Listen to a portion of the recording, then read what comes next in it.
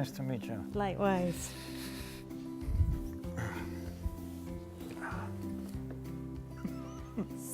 So, I believe you're going to tell me about how you went to Iceland and... I never had any plan to emigrate to Iceland. I grew up in New York City. But I was always interested in northern areas, and I was interested in Iceland in particular. I read about it and so on. And to make a long story very short, I went there basically on vacation with my wife and my little son in September 1973, and I got involved in teaching in the University of Iceland, where they had just begun teaching my subject for a degree. And we decided, if possible, to stay there. Mm-hmm. And we did. So, but of course, I didn't know any Icelandic at that time. I had to be teaching in English, and it went on from there anyway. It was a happy coincidence. Uh-huh. But nobody really knew whether the students would be able to follow it. So I taught a course there on very short notice, and there were only 2 colleagues there teaching philosophy. This program had just started, and I had a lot more experience than either of them. So they were kind of glad to take advantage of my experience. There was no plan for me to stay there forever. I was just teaching a course. And so they decided this is an experiment, so we'll sit in the class, and if there's problems of translation or understanding, we'll be there, and we'll see how it goes. And it went fine. Nobody had any difficulty understanding anything, because what I was saying made a certain amount of sense, which is also important, quite apart from what language you're speaking. I studied languages at university. I studied French and Spanish, and I was really attracted to Latin America. And after doing languages, I was lucky enough to get a grant to do field work in, for a doctoral research and to do field work in Peru. And I was working at an Institute of Latin American Studies in Liverpool, in England. And went out to Peru, did my field work, was fascinated by Peru and issues also linked to language, and I learned a bit of Quechua out there. And I was working with Andean immigrants who were coming to the towns, to the cities, and setting up shanty towns and all that. So I was really engrossed in what was going on there and their identities and how their identities were linked to their language and so on. And then I went back to Liverpool with the intention of just finishing my thesis. And as things happen in life, I met, just then, 2 months after getting back from Peru, I met Iñaki, who's been my then lifelong partner. Basque, when I knew nothing about the Basque country, had hardly even heard of it, even though I'd studied Spanish at university, but somebody mentioned Catalan along the way, but nobody ever really mentioned Basque to us. It was just right outside the Hispanic field of things. And when I came here, well, he told me they had their own language and that they had their own culture and everything. And of course, that was, I accepted that and that was fine. But then when I came here, I found, wow, I'd better get down to learning again. And that then began a whole new cultural and linguistic learning process for me. So how did you actually go about learning the Icelandic though? Well, I learned it on the streets basically. When we actually went there to stay, which was not just in this first little episode, but shortly thereafter, then I was teaching all the time. I had full-time teaching. And in those days, it was a lot of teaching, and actually you got paid by the week. So I never really had time to study Icelandic. although I was very interested in it. And I just learned it by talking to people. There was a long period in which first everything had to be in English for me. And then there was a longish period where all the conversations would be that my Icelandic students and colleagues would speak to me in Icelandic, which I then began to understand pretty well, but I answered them in English. And then finally, and of course, slowly I was learning to speak the language and write it. And eventually, I just took the plunge and thought I was ready to start teaching in Icelandic, which is that's a whole other step, as you undoubtedly understand. So, yeah, that's how it happened. Icelandic culture is fundamentally a linguistic culture. So we don't have Gothic cathedrals to look at and stuff like that. We have stories. And so you can speak English all you want, and it won't have much effect on Icelandic. Whereas the French have very little understanding of their own language. And so they don't know that when they say weekend or hot dog or something like that, that it's not really French.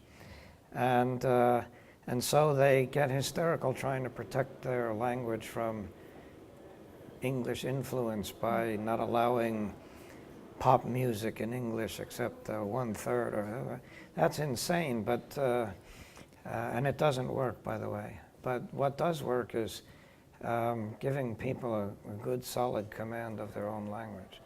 The thing that is the same is the power of English, and how, because I think, you know, what you said about business people or tourists or using it as a lingua franca, and that's one of our things in the academic community, isn't it, that we need to use it. But also, even I resent there being so much pressure on us to learn, well, on me, no, because I am obviously native English, but on people here, I have colleagues who are going to English classes, who are investing time and money in English so that they can present their papers in international conferences, when perhaps they should be writing in Basque, producing in Basque, so that we can enrich our, what's it called? Our well, corpus first of all, the of public has to want writing in Basque. Yeah, but we've got a public here. Our university students need it. We have to keep going to Spanish and English because there isn't any Basque, because the people who should be writing it are learning English. Yes. But we teach, but we use materials that are in, there's very little teaching material in Basque. Because the academics who should be writing, who are the ones who should be, who writes academic material? The academics. The academics have all pressure from government to write in English. But then you would have to aspire to do the thing that I'm calling very loosely developing Basque as a scientific language, and academic language, literary language, whatever you want to call it. I mean, Icelandic rests on a huge corpus of fantastic literature. Basque doesn't do that. No. Luxembourgeois doesn't do that. I mean, it's disappeared because what reason do you have to speak Luxembourgish? Ordinary Icelanders, taxi drivers, everybody, they have pretensions concerning language and literature themselves. I had a colleague who unfortunately died younger than he should have, but he was a philosopher. He was my close colleague, and he actually was responsible for getting lots and lots of students, not lots and lots in absolute terms, but many more than you'd expect, to study philosophy. And how did he do it? He did it because he was a genius in Icelandic. Students just wanted to sit there and listen to him teach in Icelandic. That's what they wanted. It wasn't a question of understanding. It didn't matter whether everything they read in his courses was in English. made no difference whatsoever. To sit there and listen to this guy speak Icelandic was so important to them that they went into the field, and some of them stayed, some of them left. But the point is, they came. This was something you really wanted to do, like reading Shakespeare or whatever, you know, it might be. Well, you don't have anything like that in Luxembourg. It's totally hopeless. I mean, nobody would care. I don't want to. Here, there's more of an effort to do the multilingual thing that's very popular. See, people would have to be convinced that Basque, if we just talk about academia, forget the public for the moment. Right. People have to be convinced that Basque, as the Basque language, I suppose I should be calling it euskera, but the Basque language That's all right. has something to contribute to understanding. I don't think anybody thinks that. It might be true, but nobody thinks it. What they think is that, well, this is all generally understood in English. I mean, the lingua franca of academia and tourism, it's all understood in English.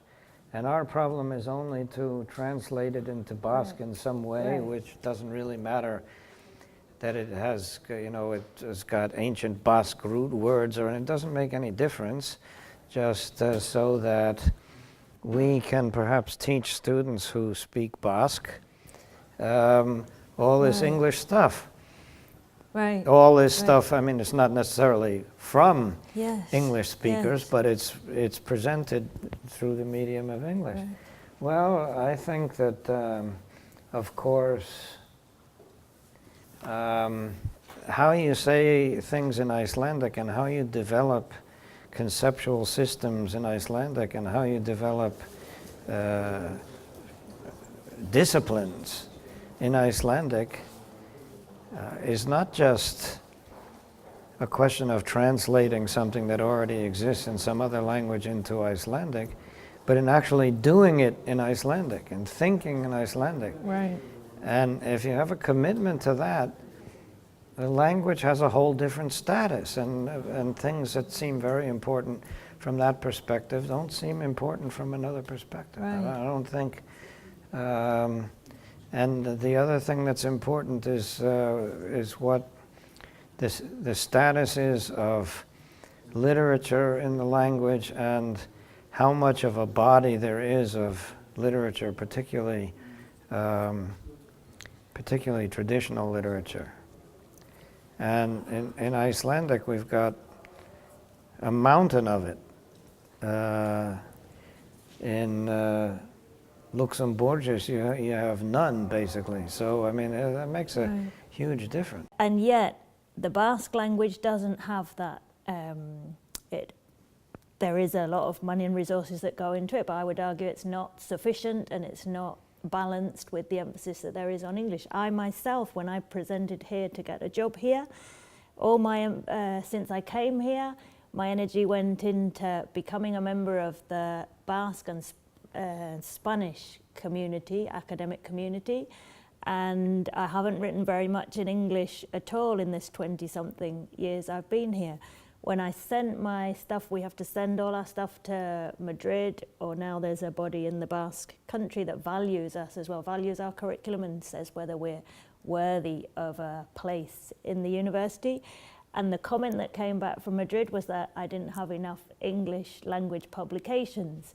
And I thought, well, no, all my effort has gone into learning the Basque that I need for the Basque University, and I've been publishing in Spanish because my interest is in being part of the academic community of the Spanish state in which the Basque country is situated, not in talking at this moment to the rest of the community, which of course I have the ease of doing it if I wish. So it seems that there's this incredible emphasis on needing English, which, much as I like your point, and I think we need to think more about that if we don't believe that Basque is making or could make. I'm sure that the people who write in Basque must believe that. Basque I'm not itself makes. You're not sure? I'm not sure, at least in academia. Right. I mean, we're not writing, but the Basque scholars aren't writing as much in Basque, in my opinion, because there's this pressure for them to write in English. And because also their community is very small and they want to engage, which is another thing, no? You want to engage in a discussion with other scholars throughout the world. But for example, and I'm not sure what it's like in the Icelandic university, but here we don't have enough. If you look at our study guides for each of our courses, we don't have sufficient material in Basque. And sometimes I've said, right, I've got to teach this class in Basque, and I'm only going to use what material I can find in Basque. And I send my students out for them to find new studies and things, even if they're not, the classics, even if they're not the acknowledged, recognized publications. But it's a decision that you make that some professors don't want to do because they think that you reduce the quality of the material that you use.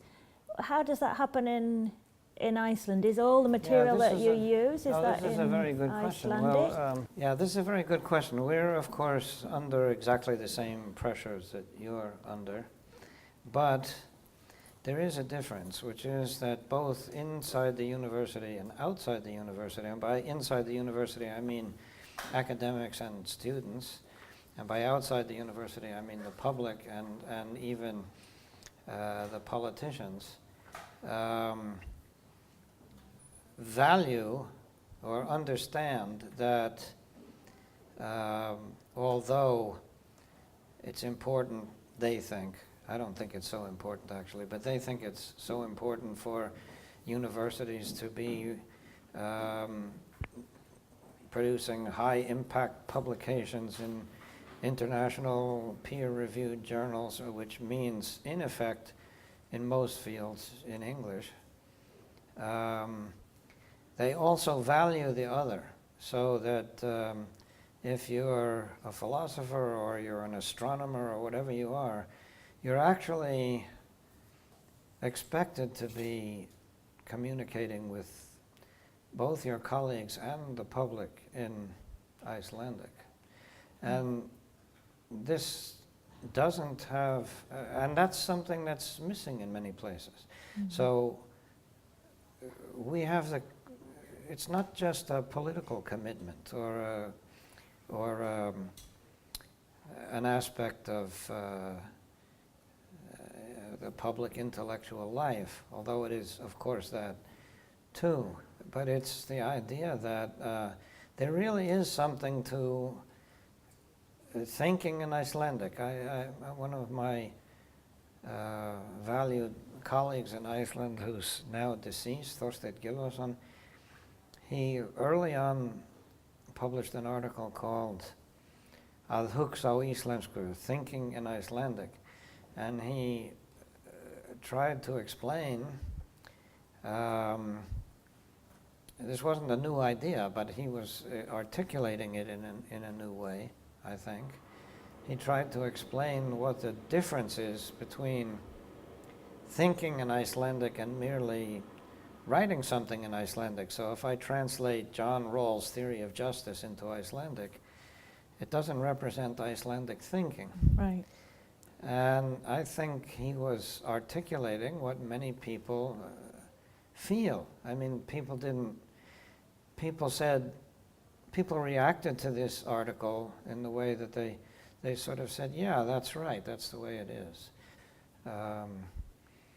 So it's not a question of determination, it's a question of facilitation. I mean, I wouldn't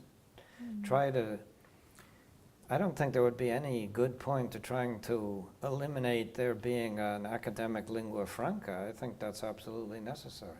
Whether it's Latin or French or English or eventually Chinese doesn't make a big difference. That's absolutely necessary. The thing is that is understood by a great many people now as the only thing worth doing. So your language doesn't become a vehicle of original thought or a way or an instrument for thinking in a different way, but rather it just becomes a medium for reaching some audience that doesn't happen to, I mean, in the Middle Ages, you know, you had an illiterate population, so you drew pictures of all the Bible stories, and that's the way that was communicated.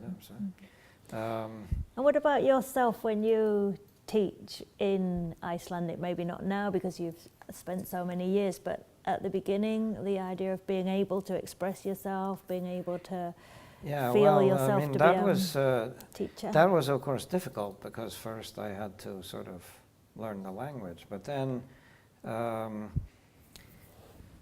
the question is whether you can learn the language just in the sense that you can speak with people, even teach in a classroom by mediating things through this language, or actually whether you can yourself and encourage your students to think in their own language, in Icelandic.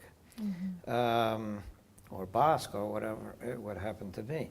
Now, speaking of myself, which is what you asked about, the first thing that I learned when I actually got to the level of being able to use Icelandic really, and not just speak it, but use it as an instrument of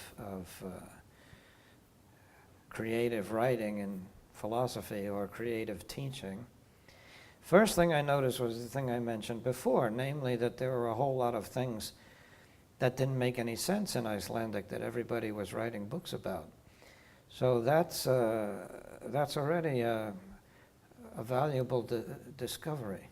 If you can't say it in Icelandic, why can't you say it? Is it just because we have this poverty-stricken language? Well, this poverty-stricken language of ancient farmers and fishermen has been able to adapt itself to all of modern technology and science without much problem in a very interesting and sort of fun way. So it's not a poverty-stricken language, but it is a language that's very disciplined. And as I say, it's hard to, you can do it, but you have to be really skilled to speak a lot of nonsense in Icelandic and sound like you're actually saying something when you're not saying anything that means anything at all.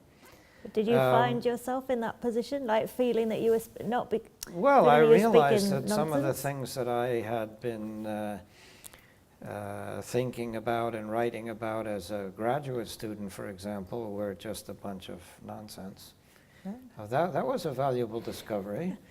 I mean, this was essentially what Socrates was trying to get people to figure out, was that they were talking nonsense, and or that they didn't know what they were talking about. But then the other thing was, there's another aspect. The other thing was that I began to be able to actually to use, to think in Icelandic in a creative way. Things that perhaps it's entirely possible to think about in English, but it wouldn't happen. So it's empowering, if you like, and I think that learning languages, I speak now retrospectively, biggest criticism I have of my own education was that a lot more of it should have been devoted to teaching me languages, because it's not just for the sake of writing tourist brochures. This is actually empowering. You can actually do things. You can understand things. I mean, because people don't say things in a certain way in a certain language, it means that they think about these things differently. And so you can understand people better in different cultures. You can understand how you can interact effectively in a different cultural context, which is in a large part a linguistic context, and not entirely. But if you know how people talk about things, then you know a lot about how people think about things, and not only in terms of calculated rational thought, but just in terms of attitudes and expectations and so on and so forth. I think the best thing you can do for any kid is to make sure that they know at least 3 or 4 languages well. But primarily they should know their native language very well. Initially it's like, it felt uphill, it felt like an uphill struggle, but largely because there was pressure on getting a qualification, because here we have to get pass an exam to get a qualification that then says that we have the standard to teach. And in fact, before, at the beginning when you were joking, I was thinking about a funny incident when I went to, they have the exam, it's called the EGA, and it's like the qualification that you need. And thousands of students, young people, come to take that exam every year in our university. And I found myself year after year presenting myself to this exam and not passing it and feeling totally unempowered. I'd never really failed exams during my, as a student. Right. I'd never had that experience of failing. I failed and I failed repeatedly. And I kept thinking, surely I must have this level by now. And when I finally got the level, and then of course the next thing is teaching. So you think, right, I've got this on the paper, but now I've got to actually go and teach. And I think for me, rather, it's more part of, I think one of the things I like and love about teaching is the relationship with the students. I never feel that here I am to tell you students something, but rather I'm here to learn together, and I always find I learn from them. And then I don't usually mind, I don't have that thing of making a fool of oneself that I think stops a lot of people from learning or using the languages that they learn. This idea of, oh, I'm going to look such an idiot. And we have that thing as being a professor, as a lecturer, that you mustn't make a fool of yourself, that you're up in front of students. And I don't have that, happily. So I've always found that not being a native speaker of Basque has really helped me engage with the students in establishing the relationship that I have with them. And also, like, I always begin usually a talk or a class saying that, I'm not a native speaker. I speak English, I speak Spanish, and I speak Basque. But I probably don't speak any of them, not even what was my native language, fluently anymore, because you always make mistakes. You borrow and you forget how to say some things. And I say to them, if I put my foot in it, was laugh, you can laugh at me to begin with, but then tell me what you're laughing at so I can laugh with you, and then tell me what I should be saying. So I found it as a point of, connecting with them, and I find that people are generally extremely generous and in their patience, in their understanding. So for me, it's been something empowering in the sense of that relationship in class. Because sometimes, I hear other colleagues saying, oh, I couldn't possibly explain the history of anthropology in Basque, and yet they're people who know Basque much better than I do. And then I think it's something that I have worked at. I've had to work with a teacher, had a private teacher helping me prepare my first classes to try and express things. So I don't know, I haven't had kind of like that revelation of, oh, this has empowered me in intellectual way so much as more in a kind of like the human relation part. Social empowerment. That's right, yeah. Yeah, well, yeah. But I mean, those things are distinct, but they're also related. So I mean, if you are the kind of academic who's basically just, I don't make little of this, by the way, when I say just, but the kind of academic, I'm not talking about any particular person, but if you're the kind of academic who's just in the project, you know what it is you're supposed to read this year and what journals you're supposed to, and who the big shots are and all this kind of stuff, and you want to take part in this thing and advance yourself academically through that medium, then you're not really looking for empowerment as an original or creative thinker. You're looking for empowerment as a academic racketeer, which is what most people are, actually. I mean, that's really what you've been saying yourself. But I, don't, I mean, but I kind of react against that. I'm a social anthropologist, so a lot of our work is about being able to talk to people and interact with people. So also learning Basque has meant that I've been able to do field work in Basque, and I remember the excitement of being able to do the first project I did in a village called Anthuola in Gipuzkoa, and I worked with a historian who's a fluent native Basque speaker, and it was really exciting to be able to go and, you know, do my observation, do my interviews, and then we actually wrote up the research in Basque, and of course I had this colleague to do it correctly and correct my Basque. But I think that felt tremendously empowering to do research actually in Basque. And I often think, how could I be a social anthropologist working in the Basque country without knowing the Basque language? And people, and I think I tried to convey that to our students, although it's an issue that's complicated because of course we hear students they can choose to do their courses either in Spanish or in Basque. This is one of the other things that worries me in the way that we do our teaching here, because it means our 4-year course, they do things separately.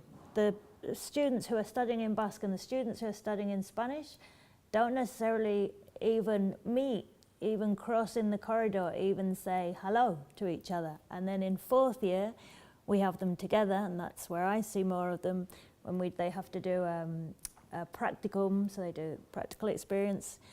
They have some optional courses together, but in the end we have to do them in Spanish so that everybody can understand them. And you think suddenly they discover that there was this other, you know, people, social anthropology students, there's a whole other half of them that they've never seen, and how interesting to meet each other. And I would actually like to see the university taking more of a part in finding some way to do common teaching. And I mean, the English could be a possibility, but then we're capitulating to English in a way, because I don't think it's satisfactory that everybody should have to do Spanish. And I would be thinking more in terms of a Catalan model, where everybody it's just one, and the teachers do it in Spanish or in Catalan, and the students have to be able to adapt to one or the other, and they can interact in whichever language. So I think here there's this notion, and perhaps with Icelandic as well, that, you know, if you don't know euskera, then you couldn't possibly understand anything. Whereas I think that makes people just shut their minds off completely. And I think from 1st year we ought to be having some common space. I don't know what it is or how it could be, but where our students could come together, or where maybe those who've chosen to do it in Spanish should be being given classes Basque classes and in Basque, no? And that they should be, especially in anthropology, where we're placing so much importance on culture, and language is inevitably part of that. Because I just think, like for me as a social anthropologist, for my students, and for people in everyday life, if you choose not to do anything in Basque, you can live without knowing Basque, but then you're just losing out. No, you're choosing, I'm going to move in this bubble, other people are moving in other bubbles, but we're just going to bounce off each other, and I'm never going to actually learn part of that, or perceive, or even be able to enter that part of reality. It seems to me, I have thought about it, it seems to me that this Catalonian model which you mentioned is probably a good one to try. It's just the case that students have to be able to deal with both languages, that's it. And there's no reason why they shouldn't. And that should in fact help, it seems to me, it should be constructive both socially and politically, because the groups will have better understandings of themselves, and they would seek perhaps more constructive solutions to the political and social problems that are caused. But of course, not everybody goes to the university, so. And not everybody agrees with that idea anyway. Okay, time to go. Well, Very Mike, nice talking with you. an absolute pleasure. Thank you Take very care. much. Okay. Bye-bye. Bye-bye.